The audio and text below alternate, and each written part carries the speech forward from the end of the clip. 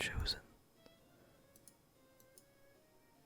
are the Guardians of Tirisfal and the aftermath of the Second War.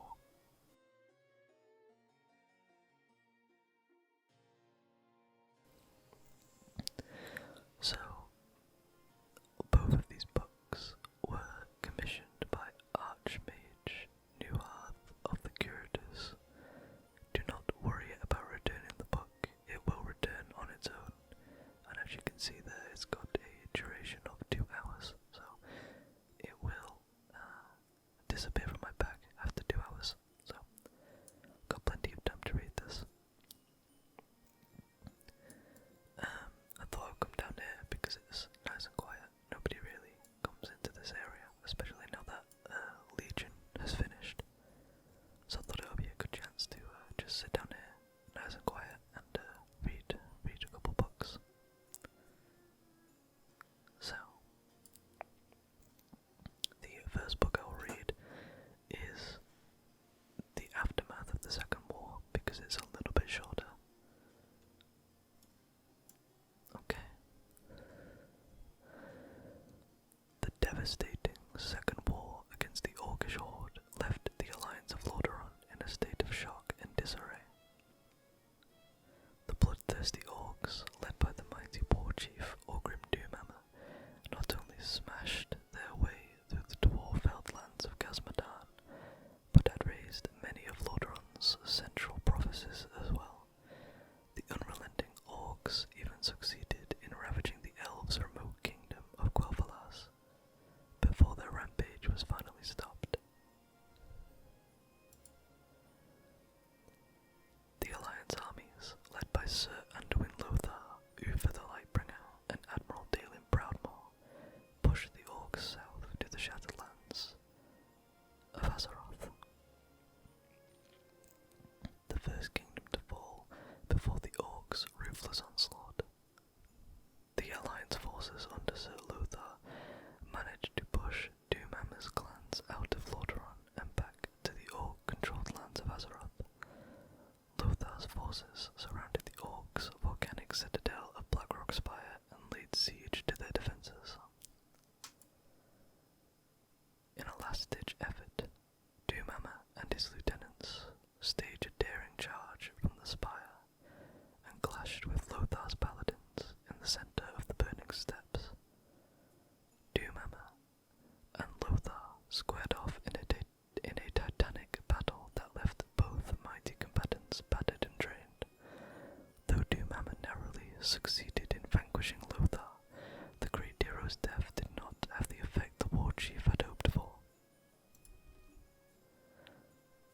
Duralian, Lothar's most trusted lieutenant, took up Lothar's blood-stained shield and rallied his grief-stricken brethren for a vicious counterattack.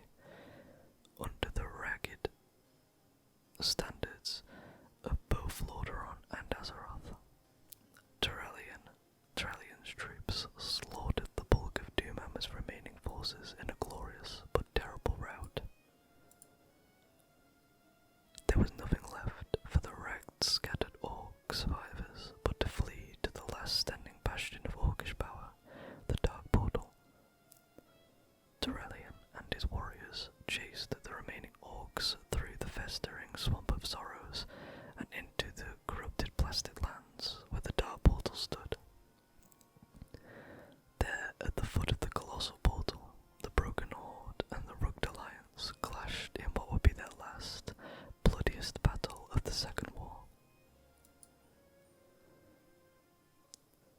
Outnumbered and driven mad by the curse of their bloodlust, the Orcs inevitably fell before the wrath of the Alliance. Doomhammer was taken prisoner and escorted to Lordaeron, where his broken clans were rounded up and hauled north back to Lordaeron. Okay, so that was the aftermath of the Second War, and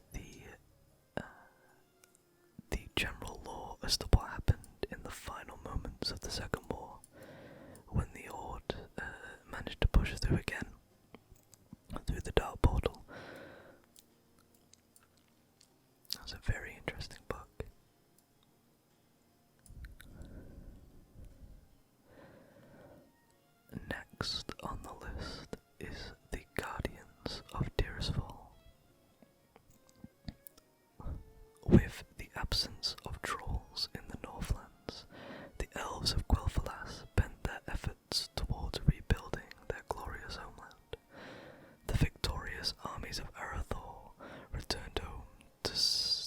to southlands of Strom.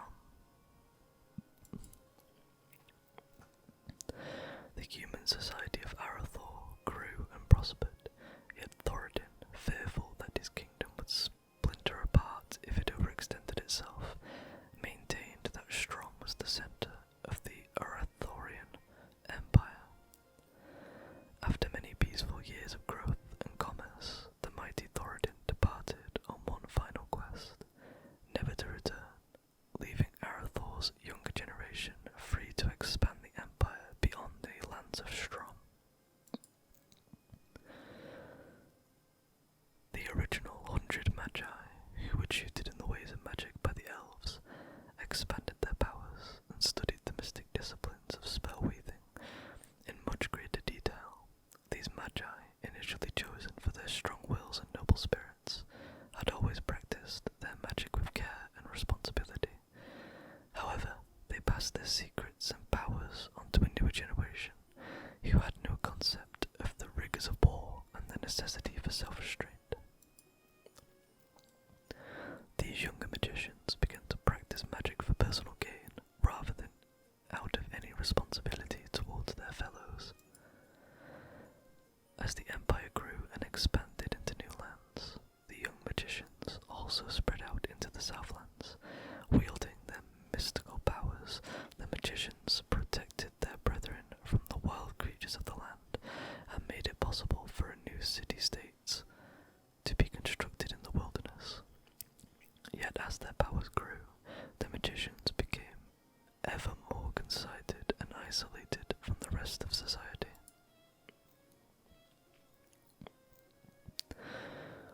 The second Arathorian city-state of Dalaran was founded in the lands of north of Strom. Many fledgling wizards left the restraining confines of Strom behind and travelled to Dalaran, where they hoped to use their powers with greater freedom. These magicians used their skills to build up the enchanted spires of Dalaran and revelled in the pursuit of their studies. The citizens of Dalaran tolerated the magicians' endeavours and built up a bustling economy under the protection of their magic-using defenders. Yet, as more and more magicians practiced their arts, the fabric of reality around Dalaran began to weaken and tear. The sinister agents of the Burning Legion, who had been banished when the Well of Eternity collapsed, were lured back into the world by heedless spellcasting of the magicians of Dalaran. Though those relatively weak demons did not appear in force, they did sow considerable confusion and chaos within the streets of Dalaran.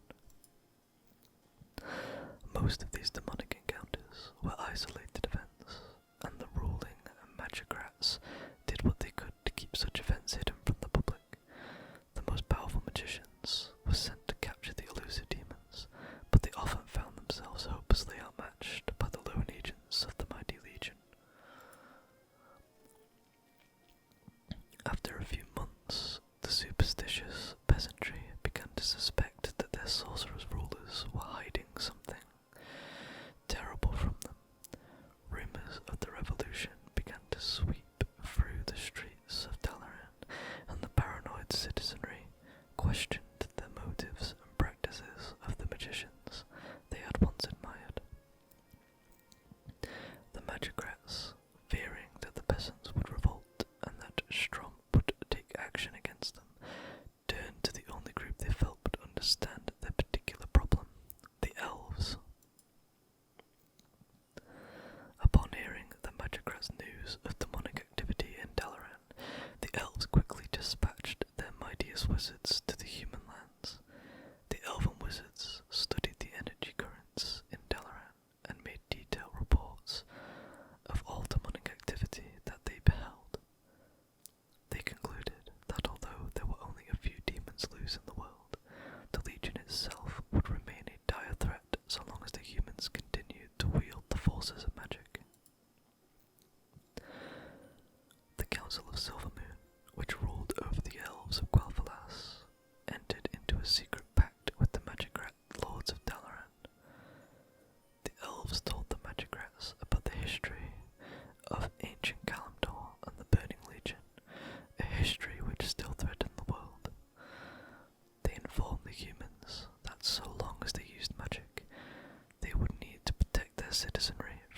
malicious agents of the Legion. The Magicrats proposed the notion of empowering a single mortal champion who would utilize their powers in order to fight a never-ending secret war against the Legion. It was stressed that the majority of mankind could never know about the Guardians or the threat of the Legion for fear that they would riot in fear and paranoia. The Elves agreed to the proposal and founded a secret society that would watch over the selection of the Guardian and help to stem the rise of chaos in the world. The society held its secret meetings in the shadowed Tirisfal glades, where the High Elves had first settled in Dalaran. Thus they named the secret sect the Guardians of Tirisfal. The mortal champions who were chosen to be Guardians were imbued with incredible powers of both elven and human magic. Though there would only ever be one Guardian at a time, they held such vast power that they could single-handedly fight back the Legion's agents wherever they were found in the world. The Guardian's power was so great that only the Council of Tirisfal was allowed to choose potential successors to the mantle of guardianship. Whenever a Guardian grew too old, or wearied of the secret council war against chaos, the council chose a new champion, and under controlled conditions formally channeled the Guardian power into its new agent. As the generations passed, Guardians defended the masses of humanity from the invisible threat of the Burning Legion. Throughout the lands of Arathor and Quel'Thalas, Arathor grew and prospered, while the use of magic spread throughout the Empire. Meanwhile, the Guardians kept careful watch for signs of demonic activity. So that was the Guardians of Tirisfal book. That book leads on to the Guardian Aegwynn, who became a Guardian of Tirisfal, and she was the mother of Medivh, who was corrupted by Sargeras, because he had already corrupted his mother Aegwynn, and as Aegwynn gave birth and had the powers transferred from herself to Medivh in secret, because the council did not want this, Medivh then became the new Guardian, but he had that corrupted energy inside of him from Sargeras, and eventually opened the dark portal again, which leads on to WoW, as it is. Lots and lots of story.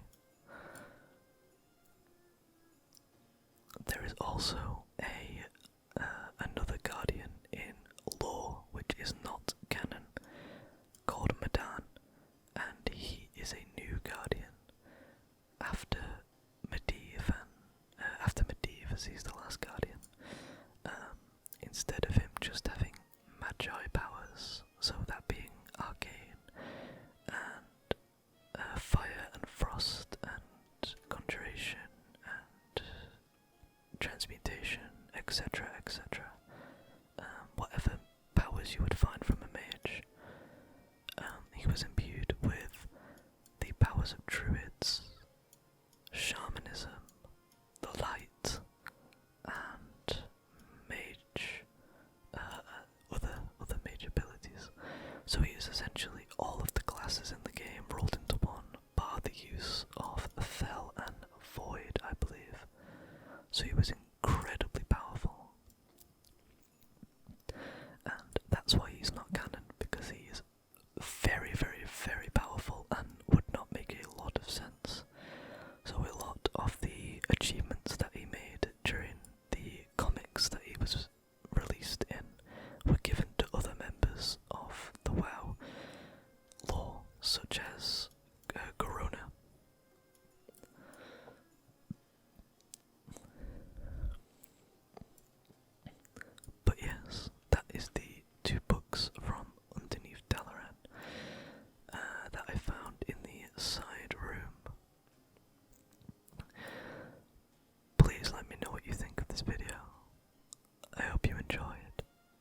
sea of